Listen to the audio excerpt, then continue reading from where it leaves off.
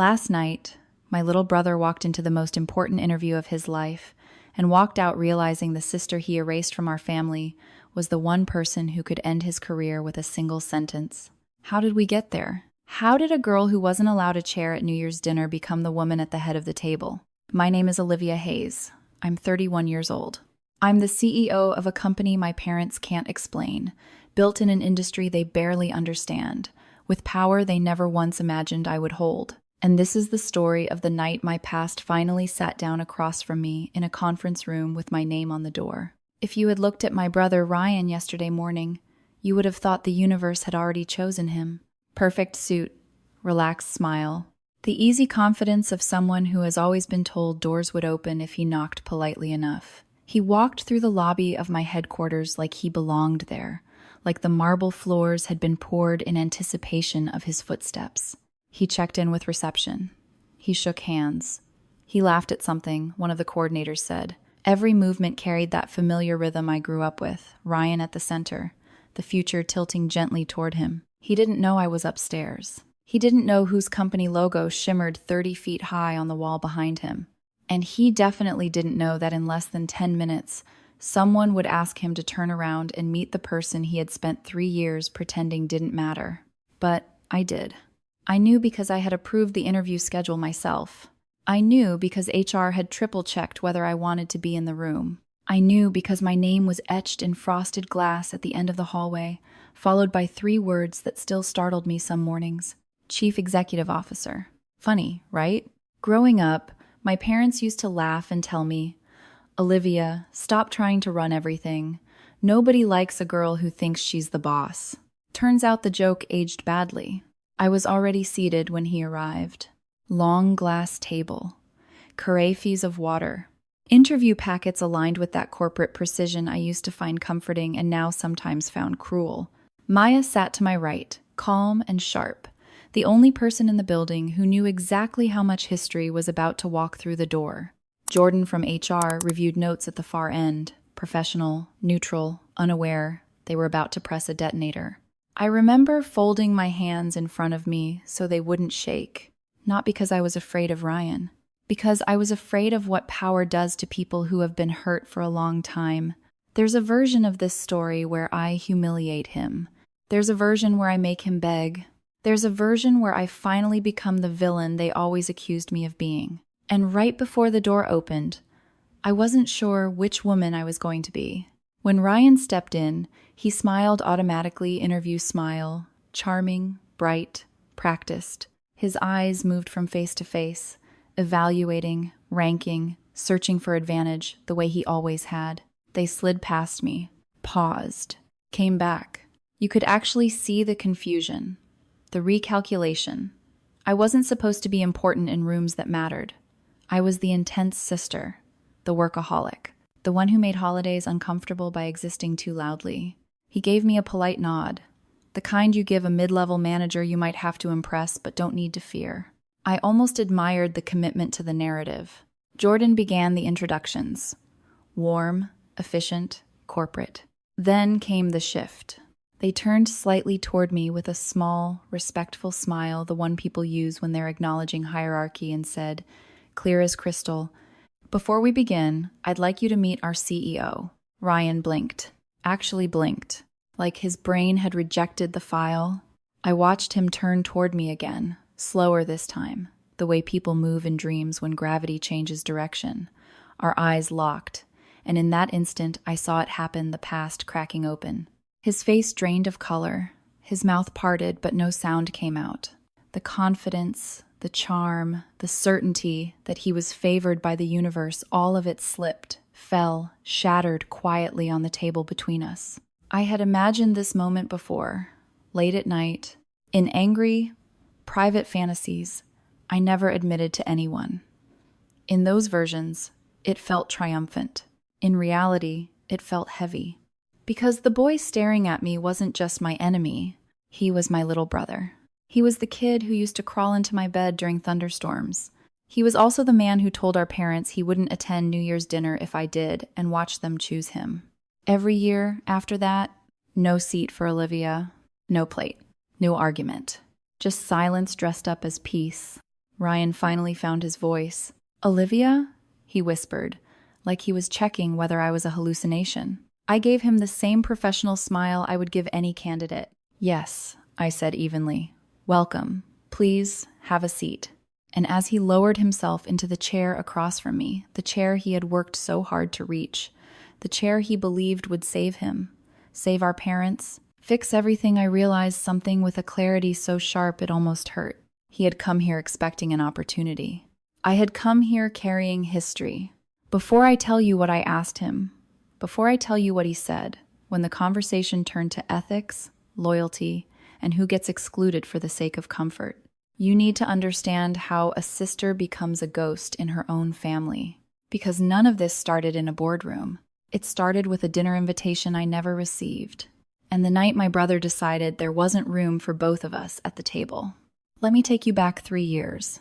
3 years earlier, before the glass table, before the title on the door, before my brother learned how small a room can feel when the power shifts, there was a phone call. My parents like to say now that everything that happened between us was a misunderstanding, a crossed wire, a season of heightened emotions that somehow stretched itself across multiple calendars and hardened into tradition.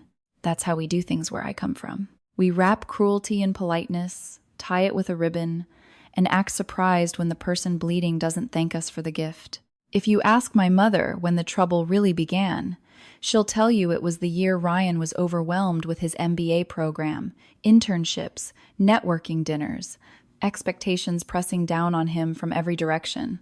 She'll say she was only trying to protect her son. She'll say she hoped I, as the older sibling, would understand. But understanding is a funny word in families like mine. It almost always means obedience. I remember exactly where I was the afternoon she called me, December 30th. Gray light sinking between buildings downtown, the kind that makes even the middle of the day feel like evening. I was hunched over a folding desk in a crowded co-working space, wrapped in the low electric hum of other people chasing futures they weren't sure would ever arrive. My laptop battery hovered at 12%. Someone nearby had burned popcorn in the microwave. The air smelled like ambition and exhaustion. When my phone lit up with Mom, I already felt my shoulders tighten. I answered with forced brightness. "Hey, Mom." She skipped hello. Her voice came syrupy, stretched thin, like it had rehearsed this. "Honey, we've been talking, and Ryan just thinks it might be less awkward if you sit this one out. Just for this year. He's under so much pressure. He really wants one peaceful night."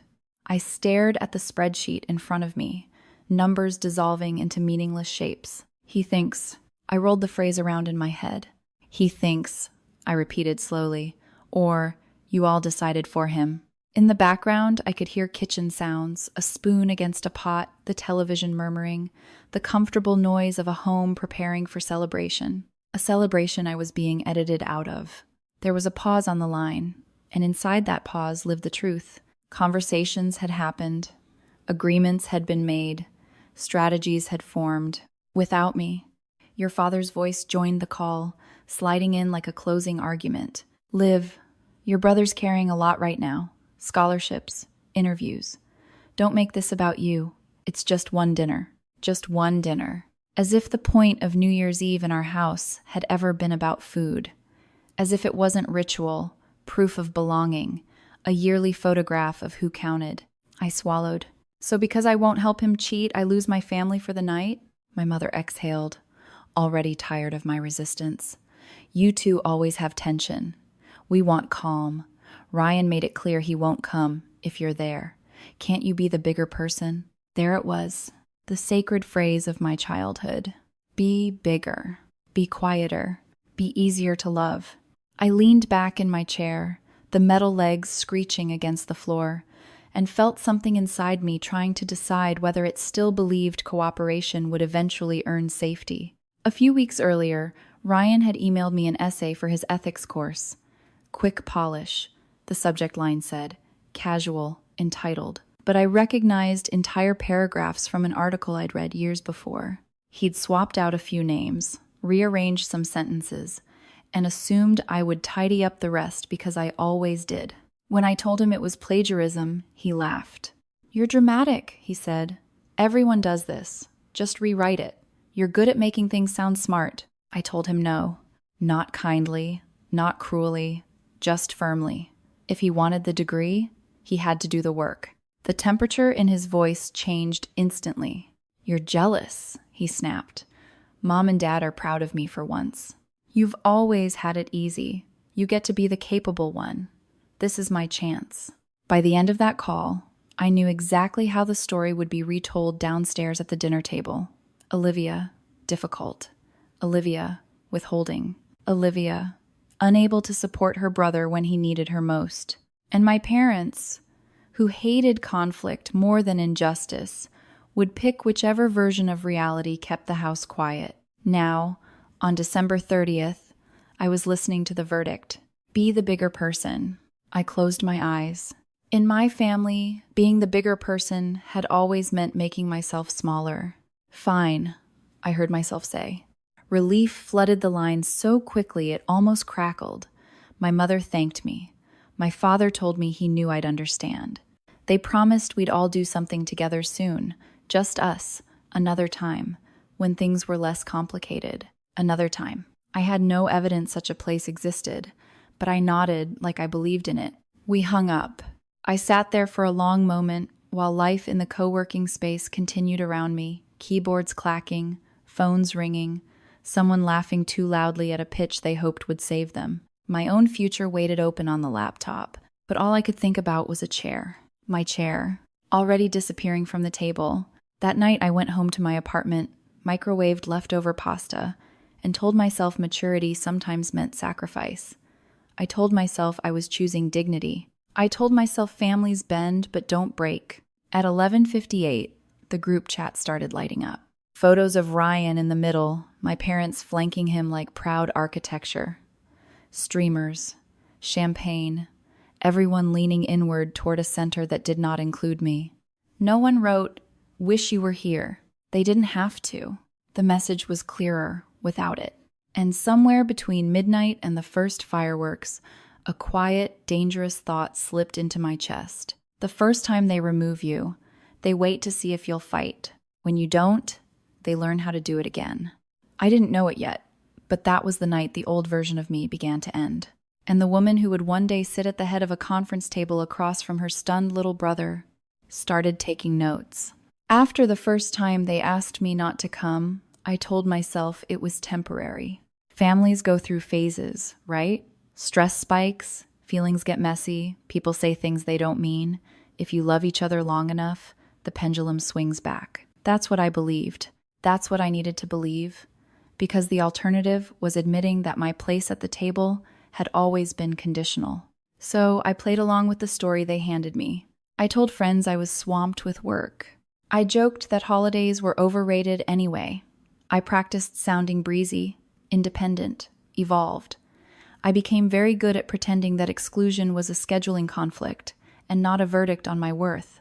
What I didn't admit not to them, not even to myself, was how every December I still felt my body bracing, like somewhere deep down I expected the invitation to reappear. It never did. The second year came without negotiation. No dramatic phone call, no syrupy request for understanding. Just a text from my mother a week before New Year's, casual as a grocery reminder. "We're keeping it small this year." Ryan invited some friends from his program. "It might be better if you make your own plans. We'll do something another time." Another time, always another time. I stared at the message for a long while, thumb hovering over the screen, waiting for the follow-up that didn't come. No heart emoji, no apology, just logistics, efficient erasure. By then, they had grown comfortable with the arrangement. The first year they had asked. The second year they informed. By the third, they assumed.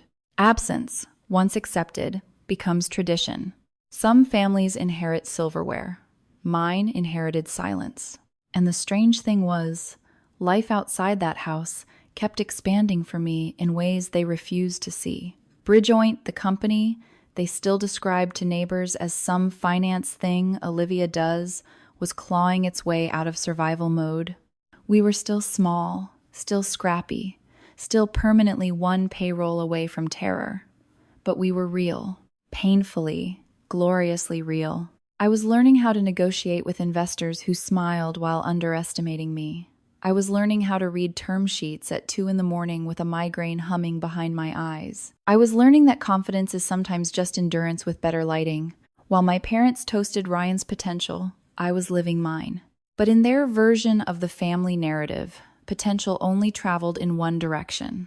Ryan was the son on the rise. I was the daughter who worked too much. They said it like a diagnosis.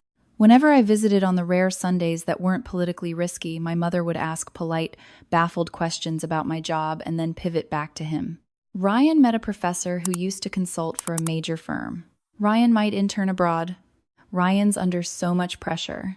I would nod, swallow whatever small achievement I had brought with me, and watch the spotlight tilt where it always tilted. It would be unfair to say they didn't love me. They did.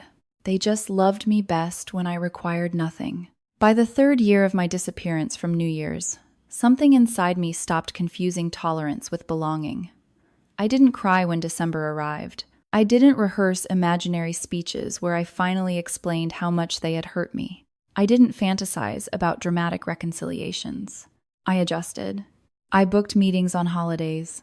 I accepted invitations from colleagues. I curated a life that would not collapse simply because my family had chosen convenience over confrontation. Still, late at night, the ache remained dull, familiar, like an old injury predicting weather. That year, Chicago froze early. Wind scraped down the streets and turned the air metallic. I remember sitting cross-legged on my apartment floor with my laptop open, my heating rattling in protest, numbers flickering across our company dashboard. New accounts were opening. Small businesses were hitting funding milestones. Every time someone reached their goal, a tiny burst of digital confetti exploded across the screen. Somewhere, strangers were celebrating. I wondered what it would feel like to be celebrated in my own home. My phone buzzed relentlessly beside me. The family group chat. Photos arrived in waves. My father carving meat with theatrical seriousness.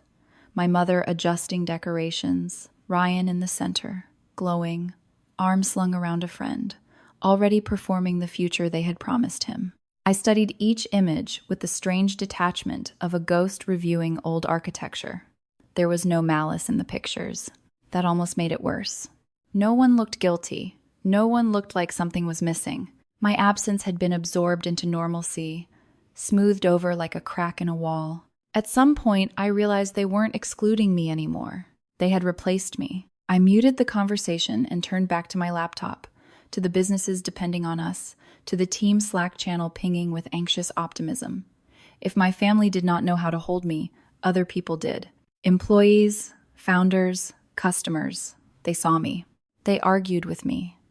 They relied on me. It wasn't the same as being loved by your parents, but it was real.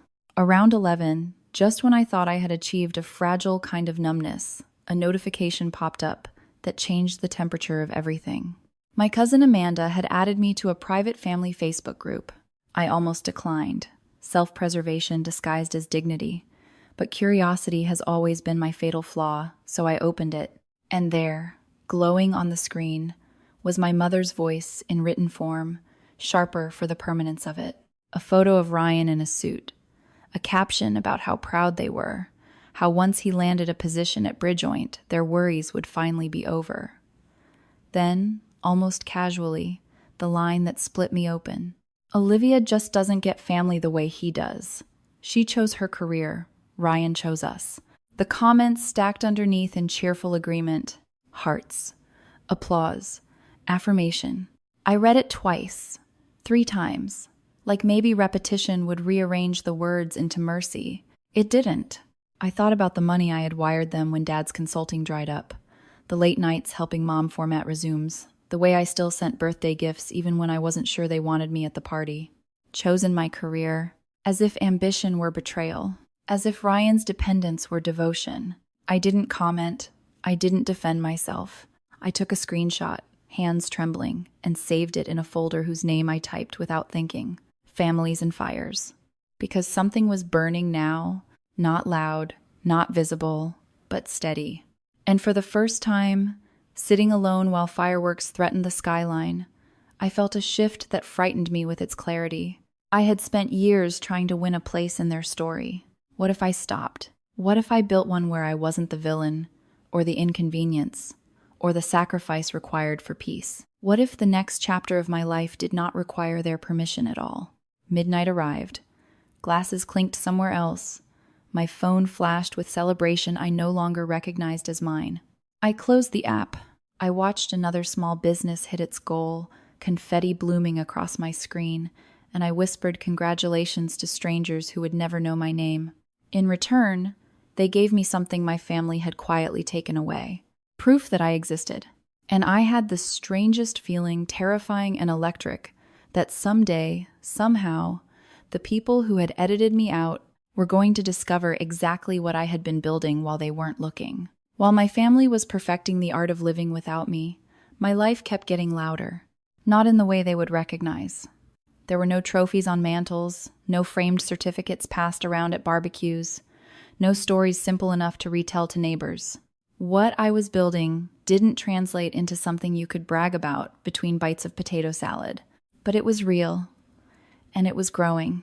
Bridgepoint Capital, the mysterious finance thing I did that made conversations stall out, had begun as a desperate experiment in a shared office above a bar where bass from Friday nights rattled the ceiling tiles and made investor calls sound like we were pitching from inside a nightclub. Back then, I wasn't a CEO. I was just another overcaffeinated founder with a secondhand laptop, a wrinkled blazer, and a deck full of hope that I pretended was strategy. I memorized phrases like pre-revenue but scaling and practiced delivering them without flinching. I learned how to sit across from men who had failed upward their entire careers and still ask them to believe in me. I learned to smile when they said I was impressive for someone so young, as if ambition had an expiration date stamped on my birth certificate. Most nights, after the pitches, I would walk back to whatever couch I was temporarily borrowing, kick off my shoes, and wonder if I had finally crossed the line between brave and delusional. Meanwhile, at home, Ryan's GPA traveled faster than any of my metrics. My parents understood grades. They understood scholarships. They understood titles that had existed for decades. My world, seed rounds, cap tables, platform architecture might as well have been written in smoke. Whenever they tried to describe my job to relatives, it came out sounding like a hobby with delusions of grandeur.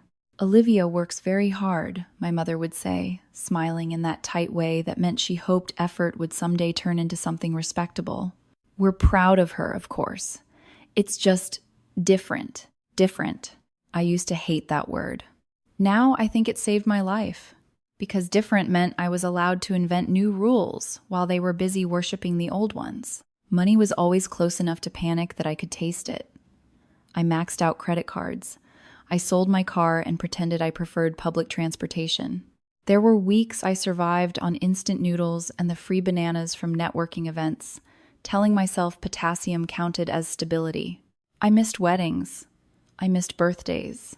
I once dialed into a family dinner from a bathroom stall at a conference, nodding while someone described Ryan's latest academic triumph, muting myself so they wouldn't hear the hand dryer roaring behind my ambition. No one asked if I was tired. They assumed competence was the same thing as invincibility. And maybe I helped them believe that, because it was easier than admitting how scared I was that this would all collapse and prove them right about me. But slowly, stubbornly, reality began to bend. We landed our first real clients, then more.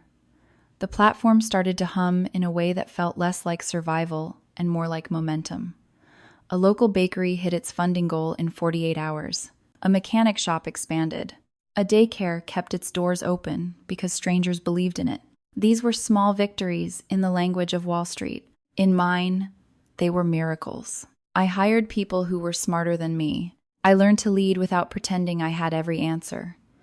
I stopped apologizing for wanting to build something enormous. And still, at home, I remained the daughter who worked too much. Whenever I tried to explain what was happening, my parents listened politely, then turned back to Ryan's future like it was the main plot, and I was an interesting subplot that had gone on a bit long. it would be easy to paint them as villains. They weren't. They were afraid.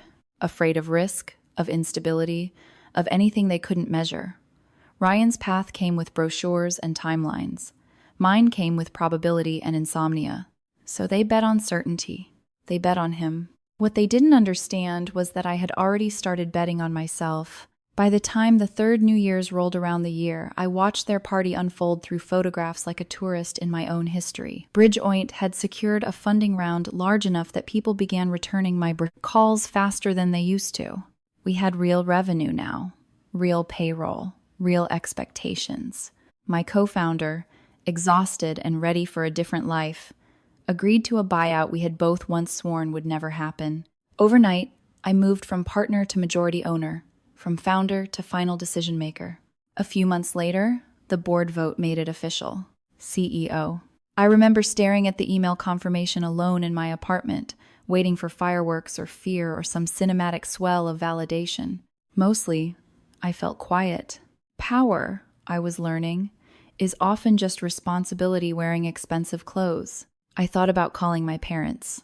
I imagined my mother trying to understand what it meant, my father asking careful questions about risk, Ryan congratulating me in that distracted way people do when they're not sure whether to feel proud or threatened. And then I pictured the conversation drifting, inevitably, back to him.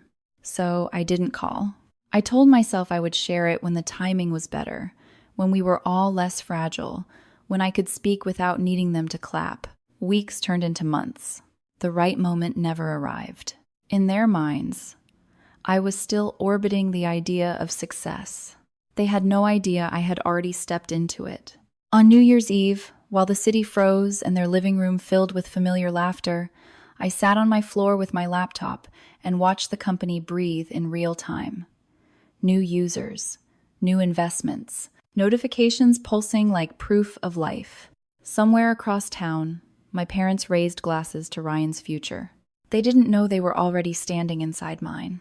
And maybe, if I'm honest, part of me liked it that way. Because secrets can be shelter. Because if they couldn't see how far I had come, they couldn't ask me to shrink it to make them comfortable. But as the night stretched on, as photo after photo arrived with my absence folded neatly into the background, I began to understand something I had been avoiding. Staying silent wasn't protection anymore. It was permission. Permission for them to keep telling a story where I was secondary, difficult, optional. Permission for Ryan to believe he was destined for a world he didn't realize I had built. I watched another small business hit its goal. Confetti bloomed across my screen. I whispered congratulations, and in the reflection of my darkened window, I caught sight of myself tired, older than I used to be, carrying more than they would ever guess. For years, I had tried to prove I belonged in my family. Now I was building a place where belonging did not require their approval. I didn't know yet how violently those two realities were going to collide, but I could feel it coming, like weather, like gravity, like a door, somewhere in the future, about to open. That New Year's should have passed like the others. I should have muted the group chat, reheated something forgettable, watched the numbers on my dashboard climb, and told myself success was a fair trade for absence. I had gotten good at that equation. Productivity instead of belonging. Growth instead of warmth. It almost worked. Almost, but 2 days before midnight, something slipped through the cracks of the life my family thought they were keeping from me. My cousin Amanda added me to a private Facebook group. At first I assumed it was a mistake. I'd never been part of it before. The title was some cheerful variation of family updates, the kind of digital living room where photos collected and narratives hardened. I hovered over the notification, my thumb cold, my heart already preparing to be ridiculous about whatever I might find. I could have ignored it. There is a particular strength in refusing to look at the ways people rewrite you. But I have never been strong in that way. So I opened it. The first thing I saw was a photo of Ryan in a navy suit I recognized from his internship interviews, tie straight, jaw confident, my mother leaning into him like proximity could guarantee destiny. Her caption sat beneath it, bright and proud. We are so proud of Ryan. Once he lands that position at Bridgeoint, our worries will finally be over. He belongs in a place like that. Olivia just doesn't understand family the way he does. She chose her career. Ryan chose us. I read it once, then again, slower, as if a second pass might reveal mercy hidden between the lines. It didn't. The comments stacked underneath in layers of agreement, aunts and uncles sending hearts, people praising my brother for his loyalty, for his priorities, for being the child who remembered where he came from. I tried to picture the version of myself they were discussing, the ambitious daughter who had walked away, the sister too busy to love properly, the cautionary tale of what happens when women want too much. What stunned me wasn't the cruelty, it was the confidence. They were certain I would never see it. I didn't reply. I didn't defend myself. I took a screenshot and saved it, my hands shaking with a kind of clarity I had been postponing for years. If they needed a villain, I would at least be an informed one. I should have closed the app. I didn't. I scrolled. There were months of memories in there, birthdays, anniversaries, casual Sunday dinners, my life unfolding somewhere adjacent to them like a parallel universe. In photo after photo, Ryan stood in the center, gravity obeying him. My parents looked lighter beside him, relieved, as if loving him required less explanation. Then, I found the video. It had been uploaded late, probably after a second glass of champagne loosened everyone into honesty. The camera shook, someone laughed too loudly. Gold streamers sagged from the ceiling in that familiar, endearing way my mother never quite mastered decoration. Glasses lifted, and then I heard it. "Once Ryan gets that job at Bridgepoint," my mother said, her voice clear even through the blur, "he'll finally be where he belongs. We won't have to worry anymore." My father chuckled. "As long as HR doesn't run into Liv, he'll be fine." That girl never did know how to play nice with authority. Laughter. Warm, collective, easy. My name. Floating above the table like a joke everyone understood. Ryan raised his glass, soaking in it, basking in a future, constructed entirely from the assumption that I was either irrelevant or dangerous. I paused the video. My parents froze on the screen, mid-laugh, their faces open in a way they had never been with me. I studied them like evidence, like strangers I was trying to learn how to forgive. They were planning his life in my company, strategizing how to avoid me. Not one of them knew the logo behind my brother in all his hopeful daydreams belonged to me. That the HR department they feared reported to Maya, who reported to me. That the authority I supposedly couldn't charm was my own. For a moment, the hurt swallowed everything else. It came fast and hot, a humiliation that crawled backward through time and rewrote every quiet holiday, every unanswered message, every polite redirection. I had spent years assuming they excluded me because my presence complicated things. The truth was worse. They had built an entire future around pretending I didn't exist. I let the video play again, this time with the sound low, watching their mouths shape my absence into something reasonable. Ryan looked so sure, so loved. My mother's hand rested on his shoulder possessively, like she was guarding him from storms. I wondered if she knew she had become one. I closed the app, but the room didn't quiet. Because beneath the grief, beneath the old reflex to apologize for being difficult, something colder began to rise. They believed Bridgepoint was someone else's kingdom. They believed I was a threat orbiting outside it. They believed the worst thing I could do was interfere. None of them had considered the possibility that I owned the door. I stood and walked to the window. Chicago glittering below. Fireworks already testing the sky in premature bursts. In another apartment, maybe a few miles away, my parents were laughing at the idea that I could ruin anything. I pressed my forehead to the glass and tried to understand the scale of what had just shifted. I didn't need to beg for a seat at their table anymore. I didn't need to storm into their living room and demand recognition. Life had already rearranged the board. They had attached their dreams to a job inside a company they thought was unreachable, prestigious, controlled by strangers. But the stranger was me. And leverage, I realized, is a terrifying gift. Because the moment you can hurt someone back, you have to decide whether you will. I went back to my laptop. A small restaurant in Detroit hit its funding target. Confetti exploded across the screen, bright and ridiculous and hopeful. Somewhere, a family I had never met was celebrating because people believed in them. Meanwhile, my own family had never believed in me enough to ask what I was becoming.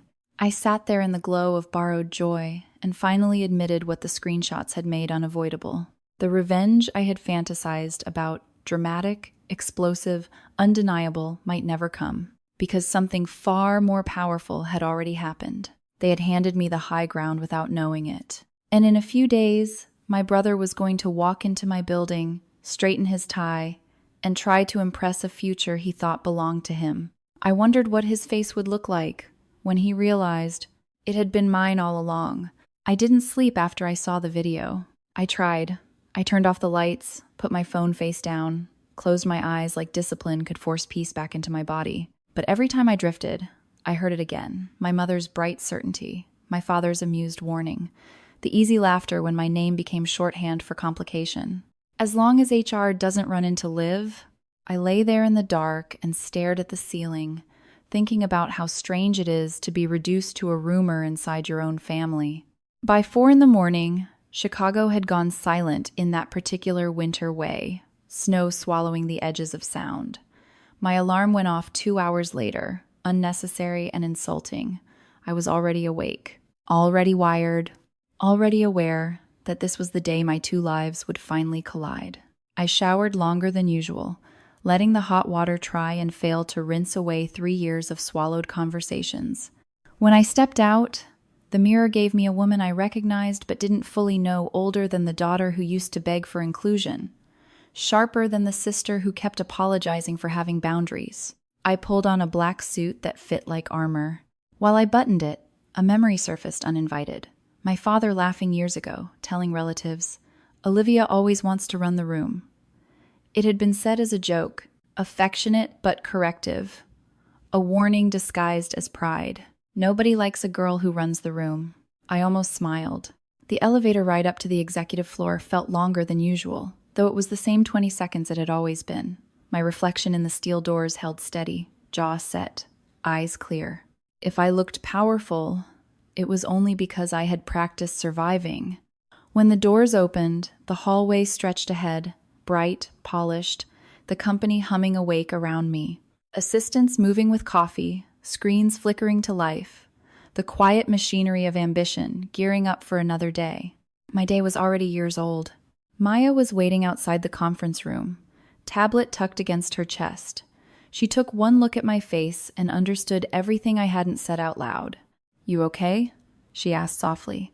It was a generous question, one that allowed for complexity. I considered lying. Instead, I exhaled. "I found things online," I told her. "They think Bridgeoint is some distant, untouchable firm. They're worried I might sabotage him. They don't even know I own the table he's begging to sit at." Maya's mouth tightened. Protective, angry on my behalf in a way that always made me feel less alone. "We don't owe them anything," she said. I nodded. "I know," I replied. "But I owe myself something. I need to walk in there and not become what they think I am." That was the real fear. Not that Ryan would fail, but that I would. Inside the room, Jordan from HR was lining up folders, legal pad perfectly squared with the edge of the table. They glanced up when we entered, giving me that professional half-smile people use when they are aware they are about to witness history but aren't sure which kind. "You're certain you want to be present?" Jordan asked quietly. "We can handle it." For a second, the offer tempted me. Disappear. Delegate. Stay clean. But Ryan had spent years deciding where I was allowed to exist. This time, I needed to exist here. "Yes," I said. "I'll stay." I took my seat at the head of the table, palms resting flat against the cool glass, grounding myself in the present. My company, my responsibility, my values, not my revenge. A vibration crawled across the table. My phone. I didn't have to look to know who it was, but I did anyway. "Mom, good luck vibes for Ryan today. This means so much to us. Maybe if everything goes well, we can all be together next New Year's. Don't make it awkward." I read it twice. No acknowledgement of the years I'd been erased. No curiosity about how I felt. Just a gentle directive: behave, Olivia. Be manageable. I flipped the phone face down. If peace required my silence, it was no longer peace I was interested in. The minutes before an interview always carry a particular tension, but this one had a pulse. Everyone in the room pretended to review notes. I watched the door. I wondered what version of me Ryan expected to meet today. The older sister who cleaned up his messes? The difficult woman he'd been warned about? The ghost who hovered around opportunity but never quite touched it? I flexed my fingers once, steadying them. I was none of those anymore. Footsteps in the hallway. Laughter from reception. Then the handle turned. Ryan walked in like the future had already signed his name. He wore the confidence I remembered from childhood, the certainty that he was wanted, that rooms opened toward him, that if something went wrong, someone older and wiser would rearrange the world to fix it. He greeted Jordan. He nodded at the others. His eyes brushed over me, polite, distracted. He registered me as background. The habit almost broke my heart. I kept my face neutral, professional, giving him the courtesy of dignity even though he had rarely given it to me. "Good morning," he said, voice smooth. "Good morning," I replied. Jordan began the introductions, moving around the table, titles and departments stacking like a ladder he believed he was climbing. Then Jordan turned to me. I saw the moment before it happened, like lightning preparing to strike. "Before we begin," they said pleasantly, "I'd like you to meet our CEO, Olivia Hayes." Ryan turned, and the world shifted. I watched recognition crawl across his features, slow and unwilling. Confusion first, then disbelief, then something deeper, more destabilizing. The realization that the person he had asked to be removed from the family table now sat at the head of another one. His mouth opened, closed. "Liv," he managed, barely audible. I met his eyes and felt the full weight of history settle between us, every dismissed call, every holiday photo, every time I had been told not to ruin the mood. "Hello, Ryan," I said evenly. "Please," I added, gesturing to the chair across from me. "Have a seat." And as he did, I understood something with terrifying clarity. This was no longer about whether he belonged here. It was about who I was going to be with the power I held. The interview hadn't even started yet, but the reckoning already had. Ryan sat down like the chair might reject him. A minute earlier, he had walked in carrying ease, polish, the kind of confidence built from years of being reassured that the path would clear if he simply kept moving forward.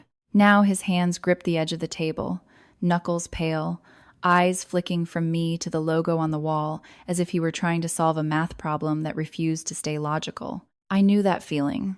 I had lived inside it for years. Jordan rescued the silence first, voice warm, professional, practiced at smoothing shock into procedure.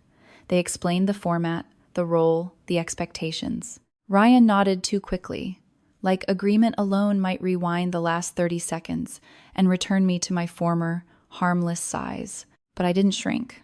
I folded my hands in front of me and gave him the same attentive courtesy I offered every candidate. No more, no less. Inside, though, my heart was loud, not triumphant. Loud the way it gets when old wounds are finally forced into daylight. The first few questions came from the others. Leadership examples, tight deadlines, cross-team communication.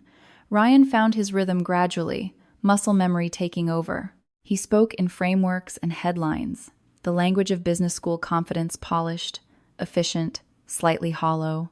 I could almost see the relief creeping back into him. Maybe, he was thinking, this could still work. Maybe Olivia would behave.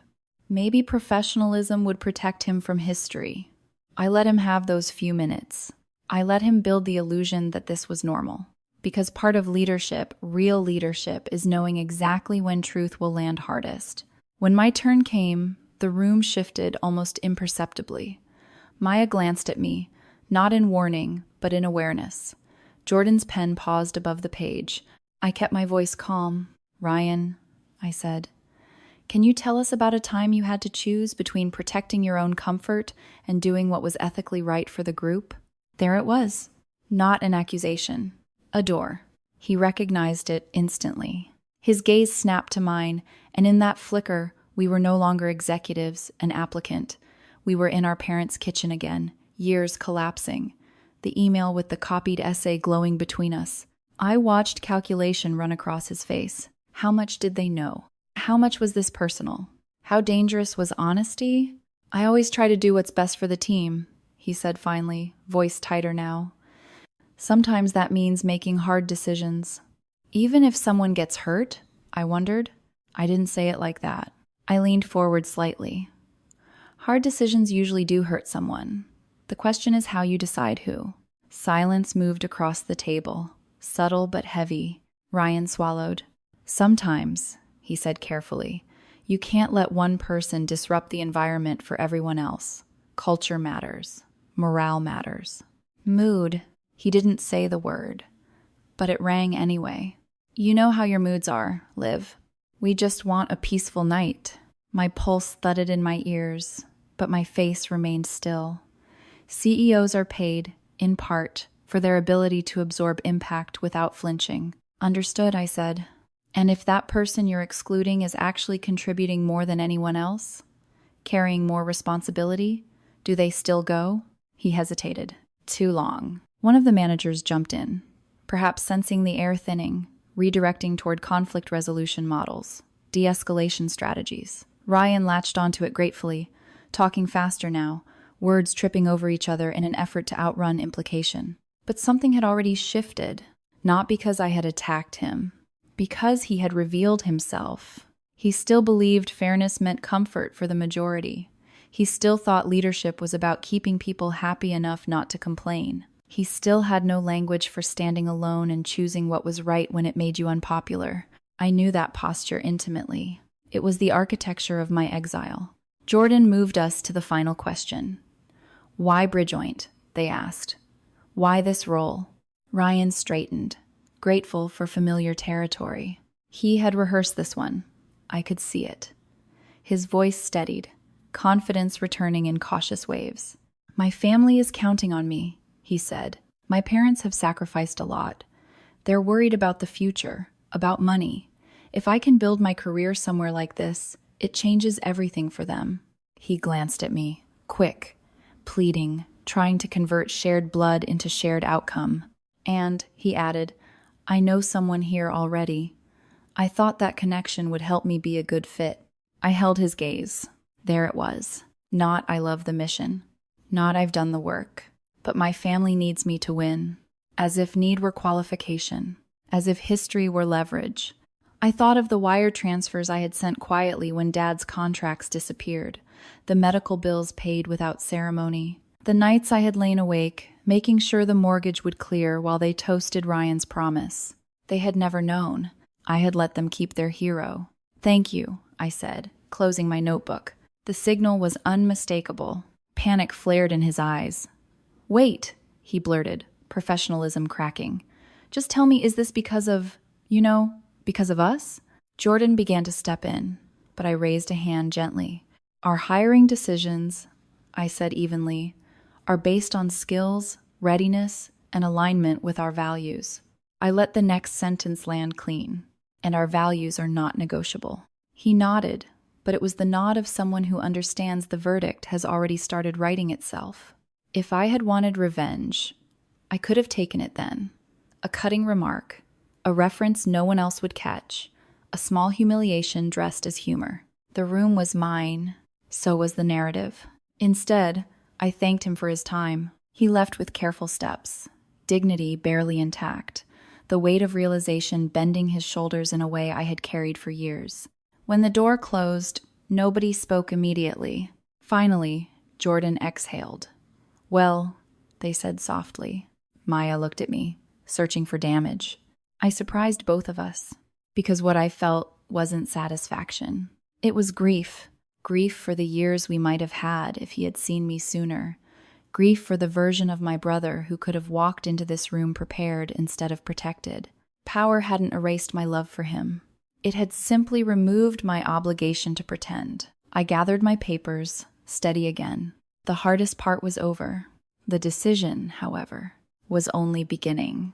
He didn't wait for the email. Of course he didn't. Ryan had never been good at waiting for official outcomes when anxiety could invent them faster. 2 hours after the interview, just as the building began settling into late afternoon fatigue, my phone buzzed with a message from the doorman at my apartment. Your brother is here. I stood very still for a moment, hand resting on the back of my chair, eyes unfocused. Part of me had expected this. Another part of me had hoped he would retreat into denial, lick his wounds privately, allow me the mercy of distance. But families rarely grant mercy in clean lines. By the time I reached home, he was pacing the hallway outside my door, tie loosened, jacket folded over one arm like he'd been carrying it for miles. The confidence from that morning had drained out of him. What remained was the younger version of my brother, raw, frightened, unsure which adult in the room might rescue him. He looked up when I approached. "Can we talk?" he asked. The question was new. For years, Ryan had told me things, explained things, corrected me, even. But asking required vulnerability, and vulnerability had always been my assigned role, not his. I unlocked the door.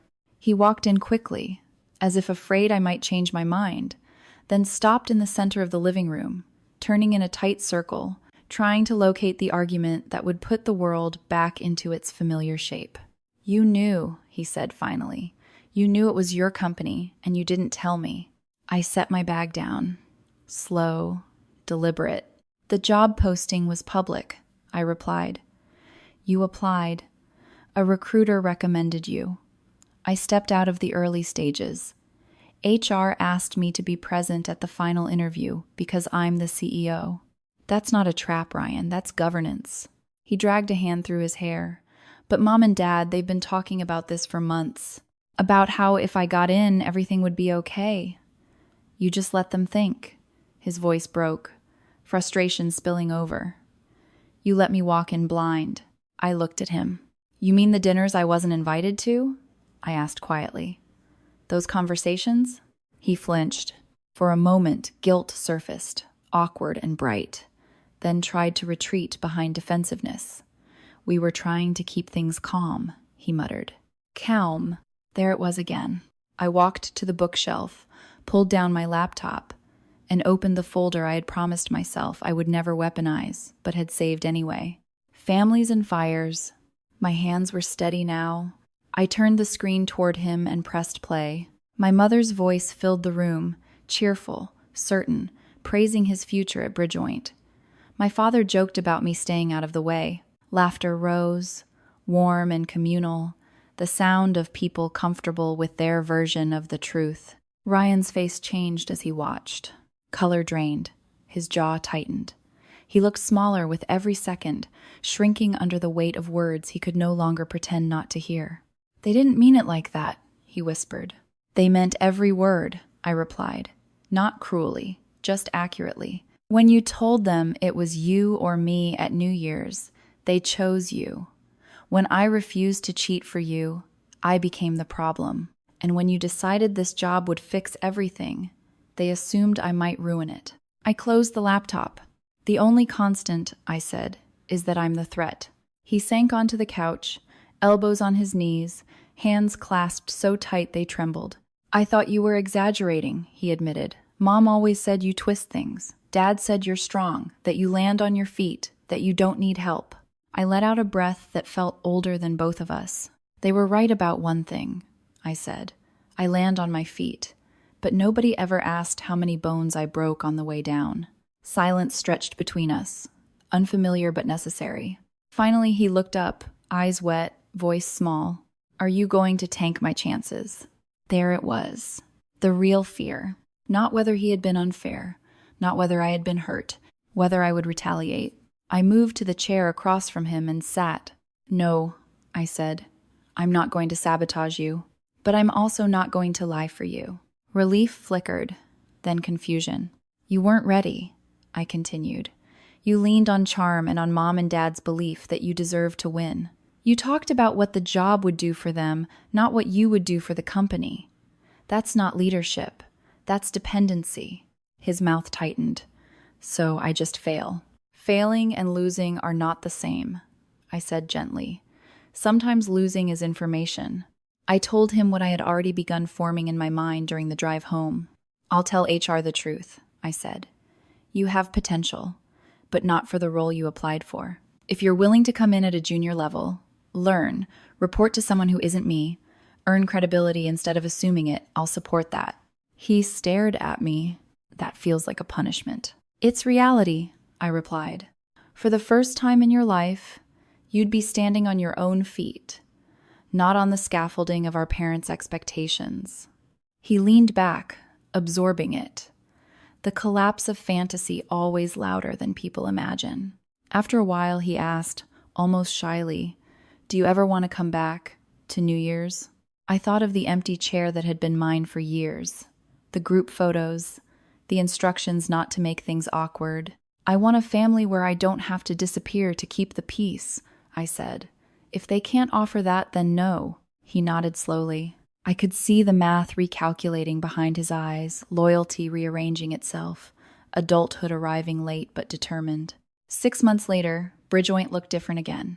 Bigger logo, more employees, press requests, a profile in a business magazine about risk and resilience, my face on the cover, history edited into something digestible.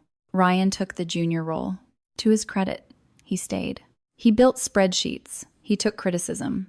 He learned what it felt like not to be the center of gravity. Maya told me once, with careful optimism, he's starting to own his mistakes. Growth is rarely glamorous.